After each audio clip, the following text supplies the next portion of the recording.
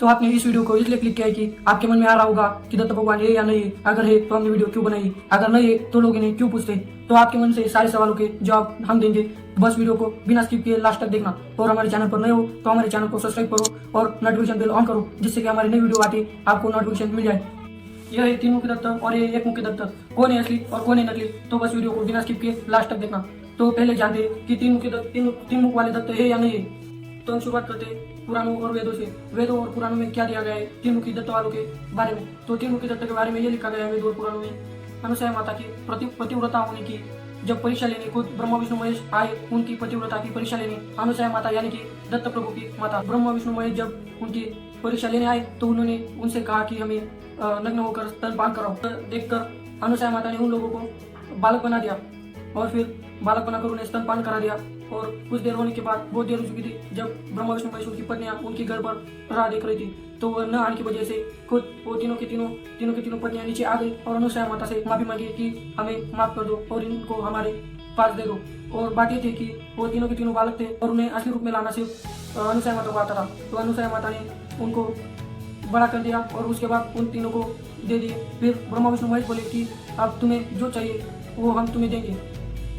अब ये बात आप जरा से गौर से और ध्यान से सुनिए, क्योंकि यही है 3 मुखी दत्त वाले की कहानी। तो फिर वेदों पुराण में ये बताया गया है कि जब ब्रह्मा विष्णु महेश ने उनसे अपनी इच्छा पूछी तो अनुसया माता बोली कि हमें पुत्र रत्न प्राप्त में आप तीनों के अंश चाहिए। तो इसके लिए ब्रह्मा विष्णु और महेश ने अंश लेकर अनुसया माता के पुत्र में प्राप्त हुए। तो ब्रह्मा विष्णु और महेश उन तीनों के सर के लिए उन्हें 3 मुख दत्त माना जाता है, बल्कि ये सब झूठे तो बल्कि सच की ओर। और सच ये है कि दत्त जो अवतार थे वो पहले से ही मौजूद थे। एक बार की बात है, आपको नारद मुनि पता है कैसे थे। नारद मुनि ने ब्रह्मा विष्णु महेश की पत्नियों के पास जाकर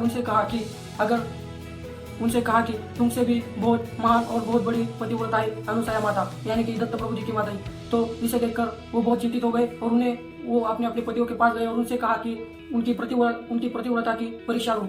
तो ये देखकर ब्रह्मा विष्णु और महेश तीनों के तीनों नीचे ऋषि के रूप में आ चुके थे। और ऋषि के रूप में आते ही उन्होंने अनुसया माता को गारगोटियां दी और उन्होंने कहा कि इन गारगोटियों के हमें बात बना कर दो।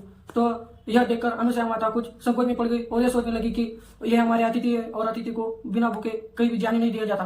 तो यह देखकर अनुसया माता संकोच में आ गई और इसे देखकर दत्त प्रभु का नाम स्मरण करने लगी।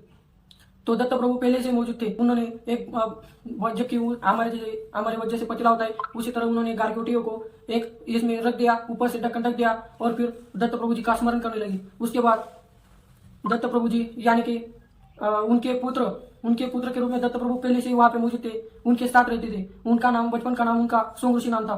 तो सोंग ऋषि वहां पे मौजूद थे यानी कि दत्त प्रभु। इसके लिए सोंग ऋषि ने उस जहाँ पर गारगोटियों के भात बन रहा था वहां पर जाकर उन्होंने हाथ रख दिया और वो बाद में इसका हो गया, भात बन गया। फिर इसके बाद अनुसया माता उस भात को लेके उनके पास आ गई और उन्होंने खोला तो वह भी चकित हो गई। और ब्रह्मा विष्णु महेश भी आश्चर्य में पड़ गए कि इतनी पतिव्रता हो कि कैसे हो गया कि ये सब गारगोटियों में भात में रूपांतर कैसे हो गया। तो वह भी आश्चर्य में पड़ गए। फिर उन्होंने एक चाल चली, उन्होंने कहा कि हमें ये सब नग्न होकर परस दो। तो फिर से अनुसया माता चिंतित हो गई। तो फिर वहाँ पे सोम ऋषि आए यानी कि दत्त प्रभु जी। वहीं पे सोम ऋषि ने उन तीनों के सर पर हाथ रखा और उन्हें बालक के रूप में रूपांतर कर दिया। और फिर अनुसया माता ने उनको भात परोस दिया। तो कुछ देर बाद उनका खाना पीना हो जाने के बाद उन्हें एक जगह पे रख दिया, बालक के रूप में थे वो। तो ज्यादा देर होने के बाद ब्रह्मा विष्णु महेश की पत्नी चिंतित हो गई और वो अनुसया जी के घर आए और उन्होंने देखा कि उन तीनों को बालक में परावर्तित कर दिया गया है। तो इसे देखकर उन्होंने उनसे माफी मांगी कि आप ही हमसे पतिव्रता हो। तो इसे देखकर उन्होंने अपने पति मांगे और जब वो बालक के रूप में थे तो सब सेम दिख रहे थे, सब सेम ही थे, उनके चेहरे भी सब सेम थे। और बालक के रूप में लेने के बाद अगर कोई ब्रह्मा की पत्नी अगर विष्णु को ले तो उनका पति हो जाएगा, अगर विष्णु की पत्नी महेश को ले तो उनका पति हो जाएगा। कुछ इस तरीके से हुआ था।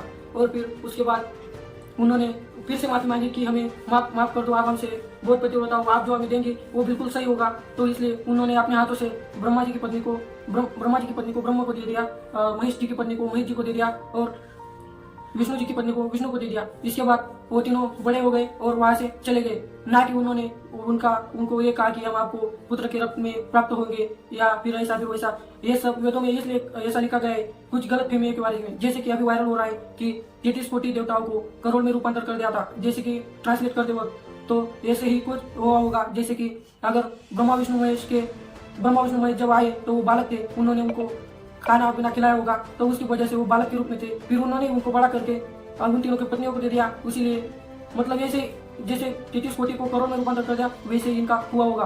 तो आपको कैसी लगी दत्त जी की कहानी?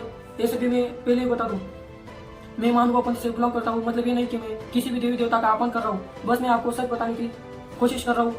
तो आपको वीडियो कैसी लगी कमेंट में बताएं। और बाकी जो लोग होते हैं, मैंने पिछले टीपू सुल्तान की वीडियो बनाई थी, उसमें से बहुत लोगों ने नीचे कमेंट में आकर गालियाँ दी थी, तो हमने उन गालियों को डिलीट कर दिया था। कृपया जिनको गलत लगे वो अपना मुंह बंद रखे, और जिनको अच्छा लगे वो कमेंट में अच्छे कमेंट कर दे, और फिर इस वीडियो को उनको शेयर करें जो तीन मुखी वाले दत्त को मानता है, या फिर उनको ये आशंका है कि तीन मुखी दत्त या एक मुखी दत्त एक है या फिर अलग है। ये वीडियो उनको शेयर करें और चैनल को जरूर सब्सक्राइब करें। तो मिलते हैं अगले वीडियो में। पहले हम बता दें कि हमने पिछले टीपू सुल्तान की वीडियो में बताया था कि अगर आप हमारे इस टीपू सुल्तान की वीडियो को ज़्यादा से ज़्यादा शेयर करोगे तो हम आपको इतिहास में सब मुगलों को महान क्यों बताया गया, ये सब झूठ क्यों लिखा गया, हम आपको इस बारे में बताएंगे। तो आज उस वीडियो को 200 से व्यूज आ चुके हैं। उस वीडियो को अगर 500 से ऊपर व्यूज आ गए तो हम आपको ये भी बता देंगे कि मुगलों को इतिहास में सबसे महान क्यों बताया गया है। तो चलिए मिलते हैं नेक्स्ट वीडियो में।